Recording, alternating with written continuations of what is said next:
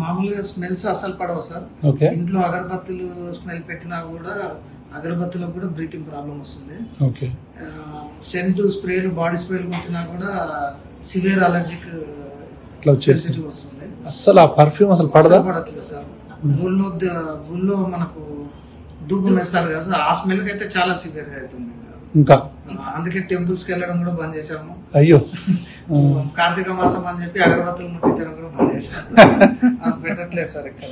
So ఇది నరకం. చాలా మందికి నేను పర్ఫ్యూమ్ ఇస్ పాయిజన్ అని చెప్తుంటాను. అయితే వీడి విషయంలో అది ప్రూవ్ అయింది.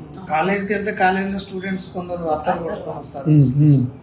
దానివల్ల అసలు సివియర్ అయిపోయి ఒకసారి అనాఫిలాక్సిస్ అటాక్ అయింది. ఇంజెక్షన్ ఇవ్వాల్సి వచ్చింది సార్.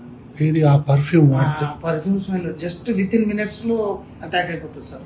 తట్టుకోలేడుగా. ఆ ఇంజెక్షన్ ఇస్తే ఒక 15-20 మినిట్స్ లో కూల్ అవుతారు.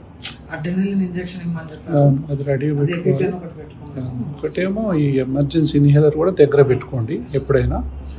సో పర్ఫ్యూమ్ అనేది ఏ పరిస్థితిలో పడదు. ఎవరు పక్కన కొట్టుకున్నారంటే ఇంకా వీటిపైన అయిపోయినట్టే. ఫంక్షన్స్ కి వెళ్తే కూడా తీసుకోపోవట్లేదు సార్. అందరూ బాడీ స్ప్రేలు పర్ఫ్యూమ్స్ కొట్టుకొని వస్తారు కాబట్టి. అంతే కదా. అసలు ఫంక్షన్స్ తీసుకోపోవట్లేదు, టెంపుల్స్ తీసుకోపోవట్లేదు.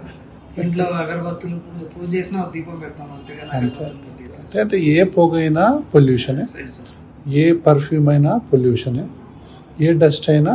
ట్రాఫిక్ లో తిరుగుతుంటే కూడా బాగా డస్ట్ ఎక్కువ వచ్చేస్తే కూడా అదే చెప్తున్నా కదా. అదే నేను చెప్తా ఉంటా.